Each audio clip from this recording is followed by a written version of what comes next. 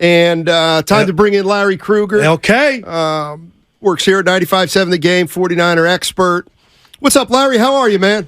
What's up, fellas? How you guys doing? Doing well. All right, here's kind of the thing that I was thinking about as I was driving in today, and we've talked about it a little bit for the first 2 hours, and that's, okay, so Brock Purdy in the regular season, he's 10-0, 70% completion, 20 touchdowns, 2 interceptions, 240 yards per game. From a statistical standpoint, Larry, I mean, he can't get much better than those numbers. How can he get better with the eye test? Because what is he going to get? More command? Like, how do you build on what he's already started? Well, it's a great point. I would say the one area that probably would go up if the 49ers were in more competitive games are his like fantasy totals. You know, the total number of yards he's throwing for could go up, because if you really look at the way these games have gone, the Niners get to the beginning of the fourth quarter, or at least mid-fourth quarter, and they just shut down the passing game and try to run out the clock. So in reality, I think, Brock Purdy's 32nd in the NFL in fourth quarter pass attempts. Wow. So he's dead last. I mean, he if they get involved in some tight games, you may see him throw for bigger yardage than he's thrown for thus far. Larry, we've done shows together, man, and every turn I tell you, I've watched that playoff game between Dallas and the Niners last year 100 times, and on both fronts it was a defensive masterpiece. All week long, Larry, if you didn't hear me, I kind of was like, Dallas doesn't have Diggs. This is going to get ugly. It got ugly. But before I ask you your big takeaway, mine was I couldn't believe Quinn tried to rush Parsons over Trent as much as he did. It wasn't a whole game, but the Niner O-line, they stood up well. What shocked you about Sunday's night massacre? Well, I guess I was shocked that the Cowboys didn't have more attention paid to Kittle. All the numbers all the numbers indicated that Dallas struggles in the middle of the field. Dallas struggles against the tight end. I really thought they would hug up on him and lean coverage towards him and try to take him away and try to do a better job against the tight ends. But, maybe it's just one of those things, you can't cover everybody, and you got to pick your poison, and they chose other guys. But, I mean, to me, it was real obvious that Kittle, Lo Neal and I talked about it in the pregame, that the Niners were going to go heavy to Kittle in this game. And I thought Dallas should have expected it, and they looked surprised by it, especially when I watched the All-22 after the game. They didn't seem like they paid him any more attention than any other receiver in the pattern. Larry Krueger joining us on 95.7 The Game. Larry, let me ask you this. This hypothetical, even though I know it's real. The playbook for Jimmy Garoppolo on one hand and the playbook for Brock Purdy on the other hand. My question is, are they the same playbook, but this is how Brock Purdy executes Kyle Shanahan, or are they different playbooks? Well, it's the same playbook for sure, but it's just a matter of Kyle has more. I mean, Kyle clearly has belief in Brock that he did not have in Jimmy. He can say whatever he wants at a presser, but the numbers are clear. When the 49ers were in the playoff run to the Super Bowl, he took the ball out of Jimmy's hands against the Vikings and Packers. I think they threw it like they ran it constantly. They threw it like 9 times. So, now he's got the same playbook, but I think he just really feels. I mean, one of the comments in the postgame that shocked me was when Kyle's like, hey, with Brock, he's so successful throwing the football that, I got to remind myself to not have too many pass attempts, to run the ball more. I mean, that was not a problem with Jimmy Garoppolo. They were more run heavy with Jimmy because I felt like they felt there were things they couldn't do, especially from under center, especially off the play action game. Where Brock's way better, guys, is Brock can play action under center, turn his back on the defense, flip back around, and have a total picture of where everybody is immediately, and then the ball's coming right out of his hands. Where Garoppolo, if you watched him from under center in play action, when he flipped it around and turned back to the defense, he needs to kind of recalibrate. Where is everybody? Where are my receivers in the pattern? Where is the defense? And that split second means that you can't throw with anticipation as well.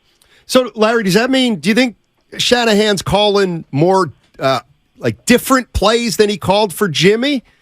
And if so, what do you think he's allowed Purdy to do percentage-wise of the playbook that maybe he didn't allow Jimmy to do? Well, I mean, I just think that he feels more open to call play-action passes, than he did under Garoppolo. Garoppolo, I think Gotcha. he wanted to run it more and take the ball out of his hands. One of Jimmy's greatest strengths was his ability to bounce back from adversity. But let's be totally frank about this. Many times that was adversity that he himself caused. So, Purdy at this point is in a phenomenal rhythm. And to me, it seems like, especially once you get into the meat and potatoes of the game, after that first drive, he really has a belief in Brock to attack down the field and in the middle of the field. And there's a trust there that I think he didn't have with Garoppolo. Larry, I got to give you some credit for your Greenlaw take, because I was at the game, and normally I always say, just me, Larry, a disruptive defensive line or line guy like Bosa or Hargrave, it starts with them. What I saw from Greenlaw and Warner, I know they've been doing it, but to see it up close, it was Ray Lewis-like. I was like, these dudes are it's just sinister. Talk to us about that tandem, and am I off base by saying, you know what, they may be the heart and soul of this Niner defense? I don't think there's any doubt, Goo. I mean, those guys are all pros. And they're not Pro Bowlers, they're all pros. They're the best at their position in the game. They're tone-setting players. Their physicality. I mean, Greenlaw threw Pollard down. Was it Pollard? Oh, Larry, where was the flag? It could have been a penalty, but I mean, yeah, the ref was right there. But these guys sprint right to that line, and they even cross it at times. But they're hell-bent on being tone setters. And it's not just on game day. It's in practice, too. I mean, Fred Warner on a Tuesday, if he senses the energy's light, man, he starts barking and getting guys going. And then Greenlaw, is in that special category right now, guys, where he doesn't even really have to practice on certain days. I mean, they give him, he's a game day guy. And it's like, you'll see him on the sideline for practice on a Wednesday or Thursday, and people will ask Kyle or Wilkes, hey, is Dre hurt? Is he going to go? And it's like, are you kidding me? This guy lives for Sunday, and they give him Wednesday and Thursday to get ready. So if he wants a run on the side and freshen up his body for Sunday, you know what? They're all for it. Larry Krueger joining us on 95.7 The Game. Knows as much about the 49ers as anybody out there. Let me ask you this about the pass rush of the Niners. Okay, so the numbers aren't off the charts, and Bosa's off to a slow start, at least sack-wise. But is it really a case of, for the most part, the opposition is getting the ball out so fast that nobody could sack a quarterback that gets rid of it this quickly, and that's part of the reason why the linebackers have been so phenomenal, is because they're just keeping everything in front? I mean, I think it's a combination, Matt. I mean, you're right that there's a trend in the game right now to get it out quick. Right. 2.5 seconds, ball comes out. That's going to neutralize a great rusher. I think it also has to do with the fact that the Niners are not necessarily getting it done opposite Bosa, which is why Randy Gregory is going to be on the field tomorrow at practice. The combination of Drake, who I love, he's a great young player, but Drake and Hyder and Cleveland Farrell only had 8 quarterback hits and 243 quarterback or pass rush snaps.